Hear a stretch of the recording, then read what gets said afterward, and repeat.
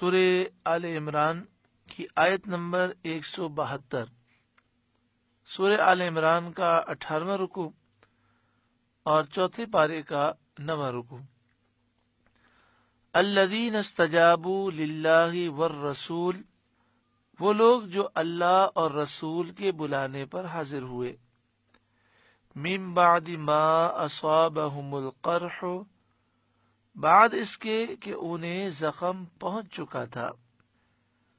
جنگ احد سے فارغ ہونے کے بعد جب ابو سفیان جو کہ اس وقت کافر تھے اور کافروں کے سردار تھے، اپنے ساتھیوں کے ساتھ مقام روحہ میں پہنچے تو انہیں افسوس ہوا کہ وہ واپس کیوں آ گئے۔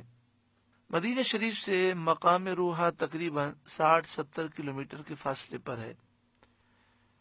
تو یہ احد کی جنگ کے بعد بھاگے فرار ہوئے اور روحہ پر پہنچ کر سوچنے لگے کہ واپس کیوں آ گئے، مسلمانوں کا بالکل خاتمہ ہی کیوں نہ کر دیا۔ یہ خیال کر کے انہوں نے پھر واپس ہونے کا ارادہ کیا۔ سید عالم صلی اللہ علیہ وآلہ وسلم نے وہاں ابو سفیان اور کافروں کے تعاقب کے لیے اپنی روانگی کا اعلان فرما دیا۔ صحابہ کرام کی ایک جماعت جن کی تعداد 70 تھی اور جو غزوہ احد کے زخموں سے چور چور ہو رہے تھے، پورا جسم زخموں سے بھرا ہوا تھا، خون بہ رہا تھا، سرکار دو عالم صلی اللہ علیہ وآلہ وسلم کے اعلان پر حاضر ہو گئے۔ نبی اکرم صلی اللہ علیہ وآلہ وسلم اس جماعت کو لے کر ابو سفیان کے تعاقب میں روانہ ہو گئے۔ جب حضور صلی اللہ علیہ وآلہ وسلم مقام حمراء الاسد پر پہنچے جو مدینہ شریف سے 8 میل پر ہے، تو وہاں معلوم ہوا کہ مشرکین خوف زدہ ہو کر بھاگ گئے۔ اس واقعے کے متعلق یہ آیت نازل ہوئی، الذین استجابوا للہ والرسول من بعد ما اصابہم القرح، وہ لوگ جو اللہ اور رسول کے بلانے پر حاضر ہوئے بعد اس کے کہ انہیں زخم پہنچ چکا تھا، زخموں سے چور چور تھے، انہوں نے اللہ اور اس کے رسول کو جواب دیا، بلانے پر حاضر ہوئے۔ للذین احسنوا منہم واتقوا اجر عظیم، ان کے نیکوکاروں اور پرہیزگاروں کے لیے بڑا ثواب ہے۔ جنگ احد سے واپس ہوتے ہوئے ابو سفیان نے سید عالم صلی اللہ علیہ وآلہ وسلم سے پکار کر کہا تھا کہ اگلے سال ہماری آپ کی مقام بدر میں جنگ ہوگی۔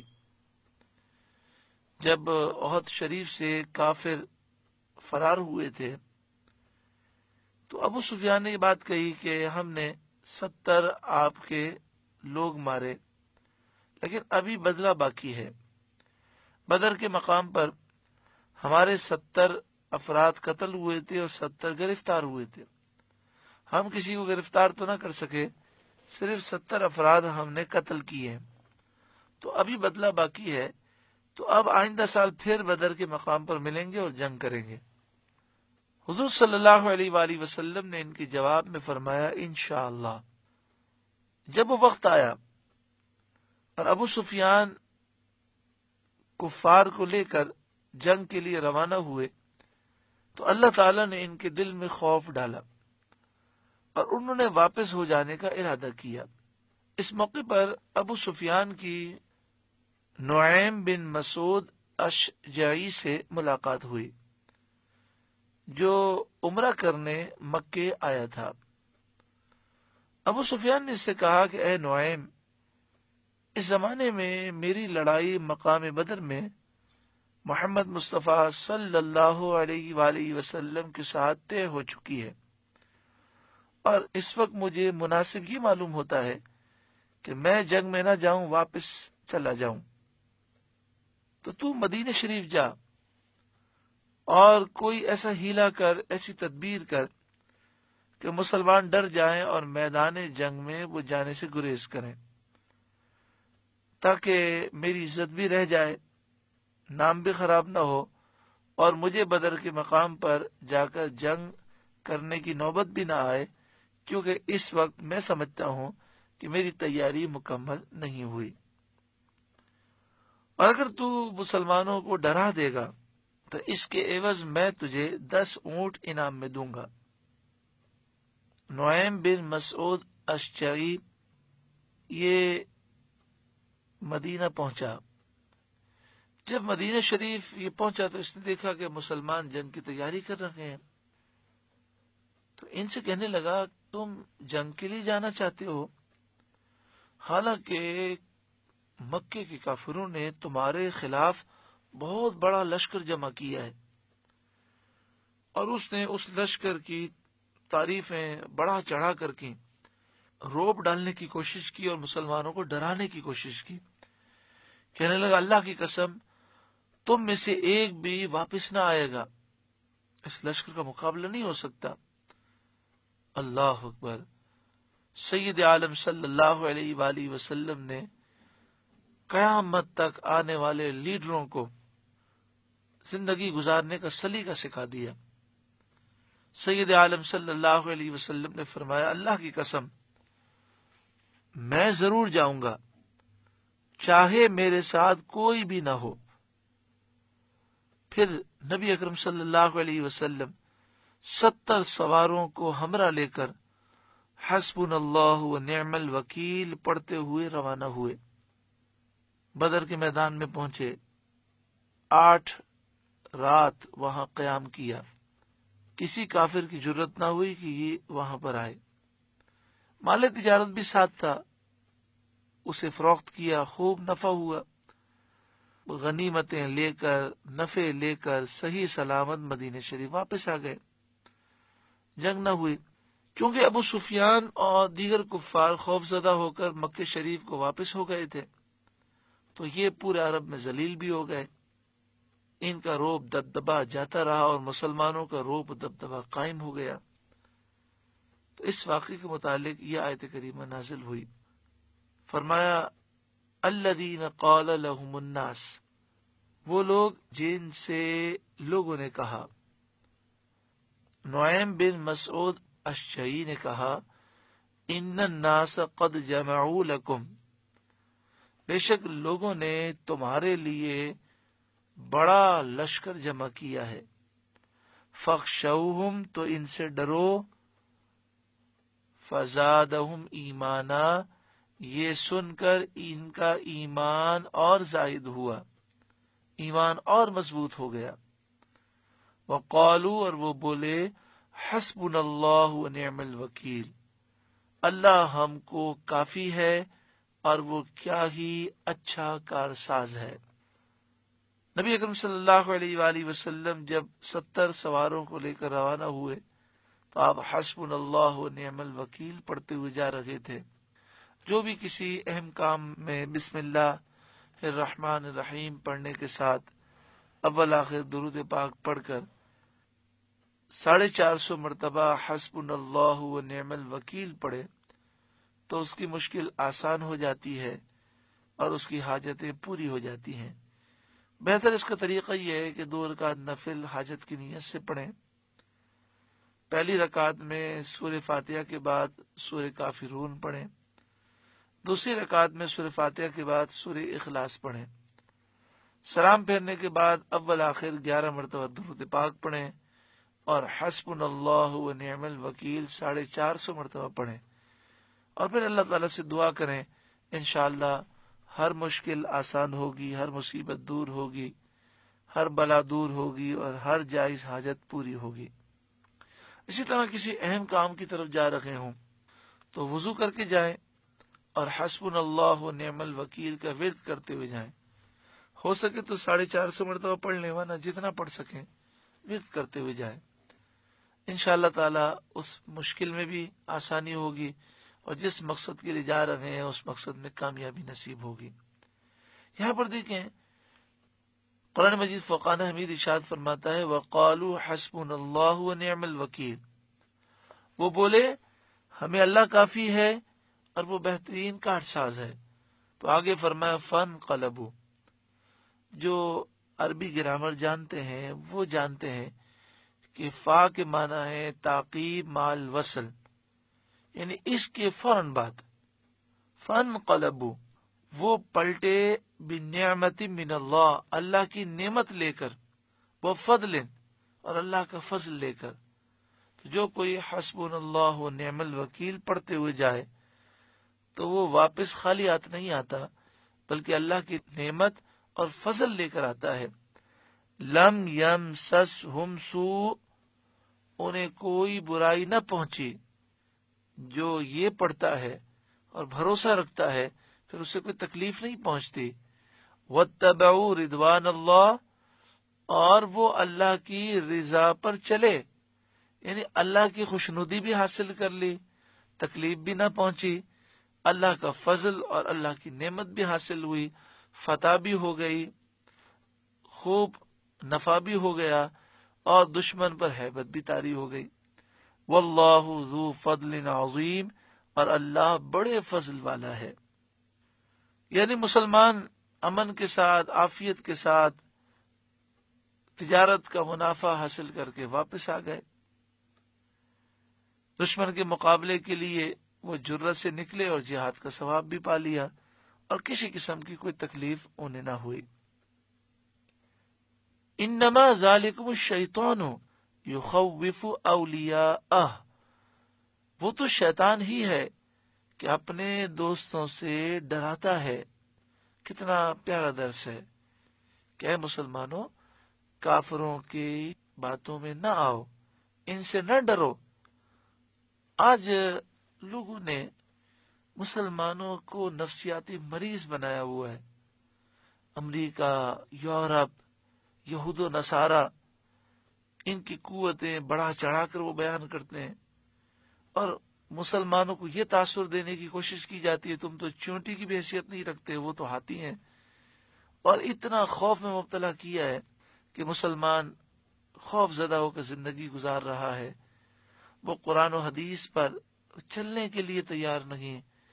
جو قرآن و حدیث کے قوانین ہیں ہم اپنے ملک میں نافذ کرتے ہوئے ڈر محسوس کرتے ہیں یہود و نصارہ کا، یہ خوف نکالنے کی ضرورت ہے. فرمائے وہ تو شیطان ہے جو اپنے دوستوں سے ڈراتا ہے. یہ کافر سارے شیطان کے دوست ہیں، تو شیطان اپنے دوستوں سے ڈراتا ہے، ان سے ہرگز نہ ڈرو. فلا تخافوہم، تو ان سے نہ ڈرو. وخافونی ان کنتم مؤمنین، اور اگر تم مومن ہو تو مجھ ہی سے ڈرو. ولا يحزنك الذين يسارعون في الكفر، اور اے محبوب آپ ان کا کچھ غم نہ کریں جو کفر پر دوڑتے ہیں، جو کفر میں جانے کے لیے جلدی کرتے ہیں، چاہے وہ کفار قریش ہوں، کفار مکہ ہوں، یا منافقین ہوں، اسی طرح یہودیوں کے سردار اور مرتد. یہ سارے اگر مقابلے کے لیے جمع ہو جائیں تو آپ کے مقابلے میں وہ ہرگز کامیاب نہ ہوں گے. آپ ان کی ذرہ برابر فکر نہ فرمائیں. انہم لن یضروا اللہ شیئا، وہ اللہ کا کچھ نہ بگاڑیں گے، کچھ نقصان نہیں دے سکتے. یرید اللہ الا یجعل لہم حظا فی الآخرہ، اور اللہ چاہتا ہے کہ آخرت میں ان کا کوئی حصہ نہ رکھے. اللہ رب العالمین انہیں آخرت سے محروم کرنا چاہتا ہے. وَلَهُمْ عَذَابٌ عَظِيمٌ، اور ان کے لیے بڑا عذاب ہے. ان الذین اشتروا الکفر بالایمان لن یضروا اللہ شیئا، وہ جنہوں نے ایمان کے بدلے کفر خرید لیا اللہ کا کچھ نہ بگاڑیں گے. وَلَهُمْ عَذَابٌ أَلِيمٌ، اور ان کے لیے دردناک عذاب ہے. ایمان کے بدلے کفر خرید لیا، یعنی منافقین جو کلمہ ایمان پڑھنے کے باوجود کافر ہوئے، دل سے ایمان نہ لائے. اسی طرح وہ تمام کفار جو ایمان پر قادر ہونے کے باوجود ایمان نہ لائے اور کافر ہی رہے، وہ سب وہی ہیں جنہوں نے کفر کو خرید لیا، ایمان کو ضائع کر دیا۔ وَلَا يَحْسَبَنَّ الَّذِينَ كَفَرُوا أَنَّمَا نُمْلِي لَهُمْ خَيْرٌ لِأَنفُسِهِمْ، اور ہرگز کافر اس گمان میں نہ رہیں کہ وہ جو ہم انہیں ڈھیل دیتے ہیں کچھ ان کے لیے بھلا ہے۔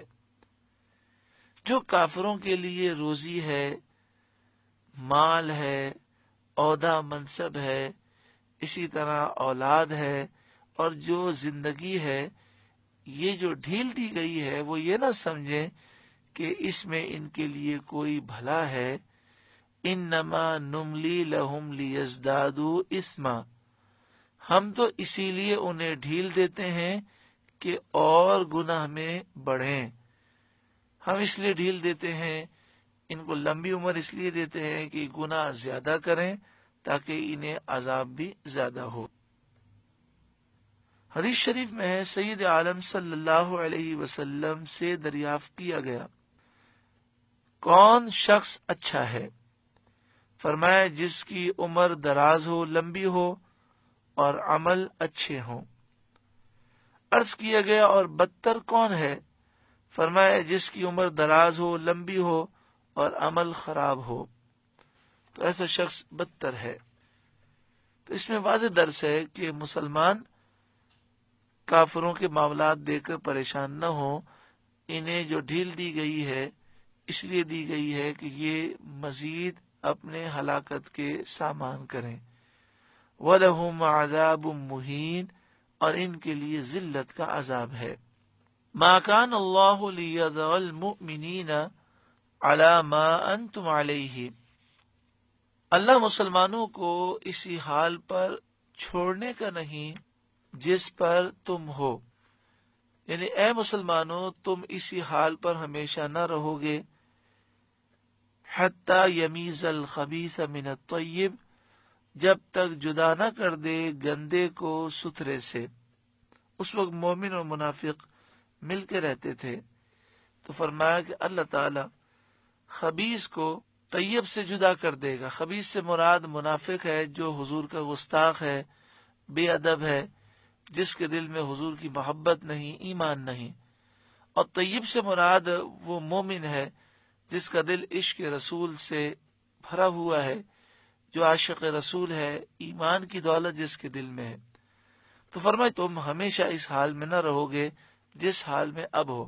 تو پھر ایک وقت آیا اور منافقین جدا کر دیے گئے۔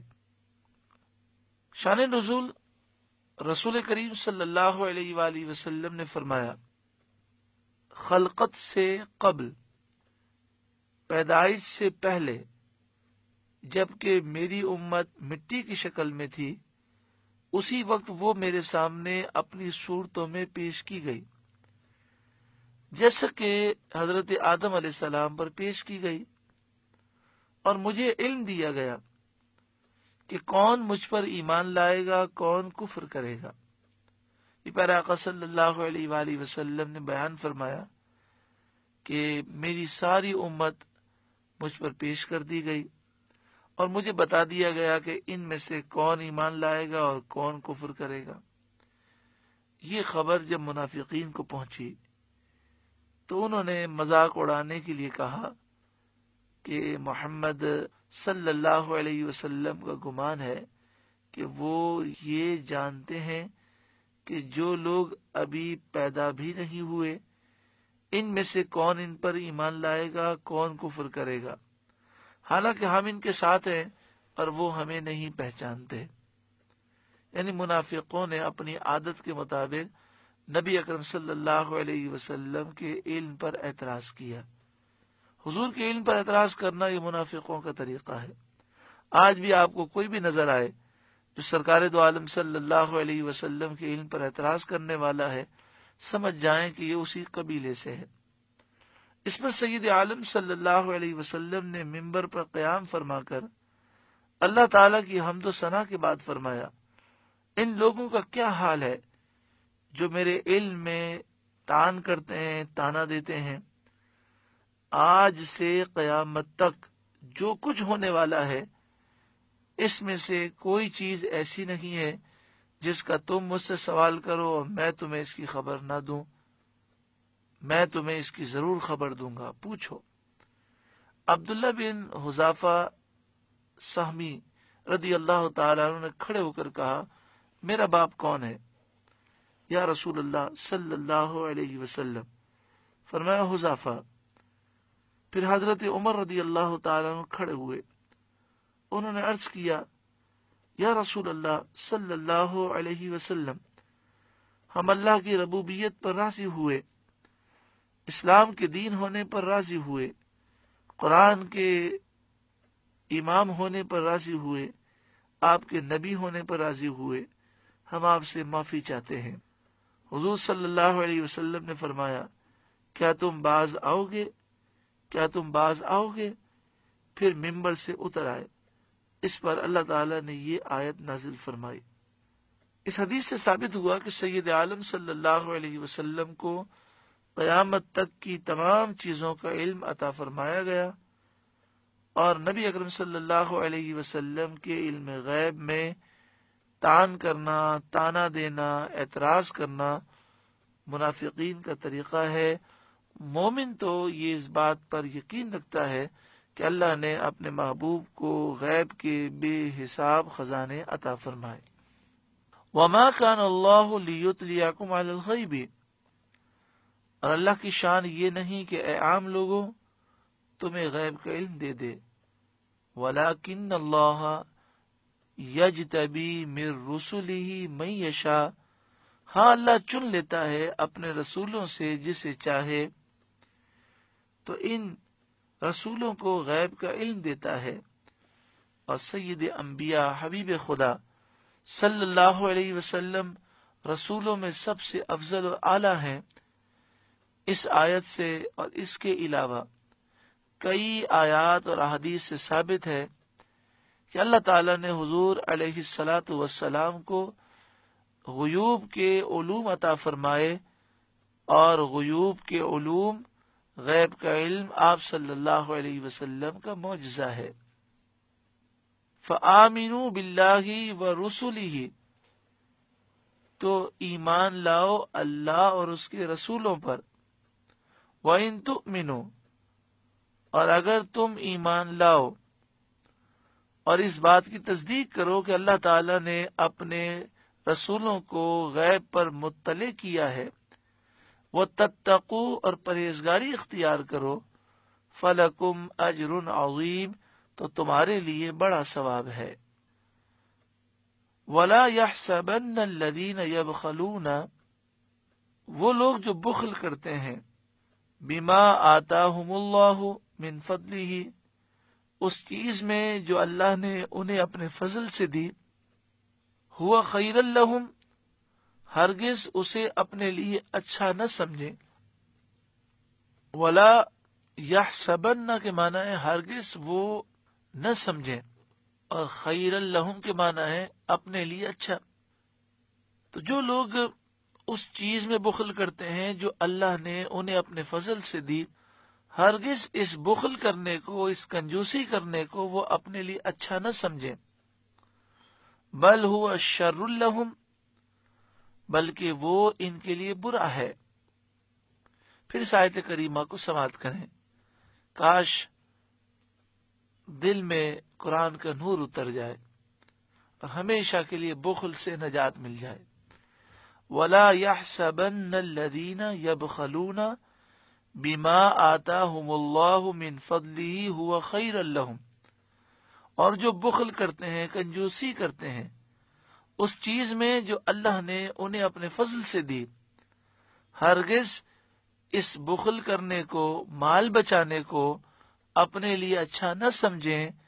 بل ہوا شر لہم، بلکہ وہ ان کے لیے برا ہے. سیطوقون ما بخلوا به یوم القیامہ، ان قریب وہ جس میں بخل کیا تھا قیامت کے دن ان کے گلے کا طوق ہوگا. وہ مال جس کو اللہ کی راہ میں خرچ نہ کیا اور بخل کیا، وہ مال قیامت کے دن ان کے گلے کا توق بن جائے گا۔ بخل کی تعریف میں حضرت صد الافاضل مولانا نعیم الدین مراد آبادی علیہ رحمہ لکھتے ہیں، بخل کے معنی میں اکثر علماء اس طرف گئے ہیں کہ واجب کا ادا نہ کرنا بخل ہے، یعنی جہاں مال خرچ کرنا فرض ہے، واجب ہے یا سنت مؤکدہ ہے، وہاں مال لازمی خرچ کرنا چاہیے۔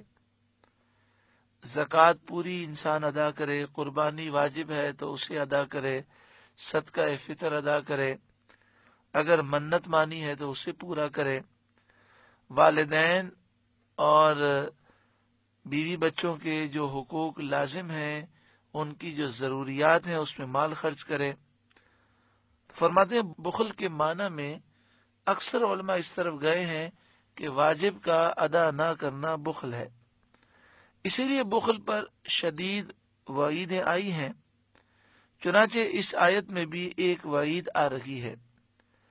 ترمذی کی حدیث میں ہے کہ بخل اور بدخلقی یعنی بد اخلاقی اور کنجوسی، یہ دو برائیاں ایماندار میں جمع نہیں ہوتی، یعنی مومن کنجوس نہیں ہوتا اور بد اخلاق نہیں ہوتا۔ اکثر مفسرین نے فرمایا یہاں بخل سے زکوٰۃ کا نہ دینا مراد ہے۔ بخاری شریف کی حدیث میں ہے کہ جس کو اللہ نے مال دیا اور اس نے زکوٰۃ ادا نہ کی، قیامت کے دن وہ مال سانپ بن کر اس کو توق کی طرح لپٹے گا اور یہ کہہ کر ڈستا جائے گا کہ میں تیرا مال ہوں، میں تیرا خزانہ ہوں۔ ہماری بہنیں عبرت حاصل کریں۔ بہت سی بہنیں مال بھی رکھتی ہیں، سونا بھی ہے ان کے پاس، لیکن اس کی زکوٰۃ ادا نہیں کرتے، قربانی بھی بسا اوقات وہ نہیں کرتے، اور وہ یہ سمجھتی ہیں کہ ہم کمانے نہیں جاتے۔ حالانکہ شرعی مسئلہ یہ ہے کہ سونا چاندی ہے، روپے پیسے ہیں، اور وہ نصاب کی مقدار ہے، سال گزر گیا تو کمانے جائیں یا نہ جائیں اس میں سے زکوٰۃ نکالنا ضروری ہے۔ قربانی کا وقت آ جائے اور صاحب استطاعت ہے، یعنی قربانی واجب ہے تو قربانی کرنا ضروری ہے، صدقہ فطر دینا ضروری ہے۔ اب یہ کہا جائے کہ ہمارے شوہر نہیں دیتے تو شرعی مسئلہ سمجھ لیں، جو مال کی مالک ہے خاتون، زکوٰۃ اسی پہ لازم ہے۔ اگر شوہر دے دے تو یہ اس کا احسان ہے، اگر نہ دے تو کل بروز قیامت یہ کہہ کر نجات نہ ہوگی، جان نہ چھوٹے گی، اور یہ مال دنیا میں وبال ہو جائے گا۔ پھر بڑا افسوس ہوتا ہے، خواتین مال چھپا چھپا کر بچا بچا کر رکھتی ہیں، پھر ایک دن موت آ جاتی ہے اور سارا مال ورثہ میں تقسیم ہو جاتا ہے۔ کیا مال کام آئے گا؟ جو مال اللہ تعالیٰ نے دیا ہے اسے اللہ کی راہ میں خرچ کریں، کم از کم جو فرائض ہیں، واجبات ہیں، سنت مؤکدہ ہیں، اسے تو ادا لازمی کریں، کیونکہ جس نے یہ ادا نہیں کیا وہ گناہ گار ہوگا۔ وَلِلَّهِ مِيرَاثُ السَّمَاوَاتِ وَالْأَرْضِ، اور اللہ ہی وارث ہے آسمانوں اور زمین کا، آسمان و زمین کا مالک اللہ ہی ہے، وہی ہمیشہ رہنے والا ہے، باقی ہے۔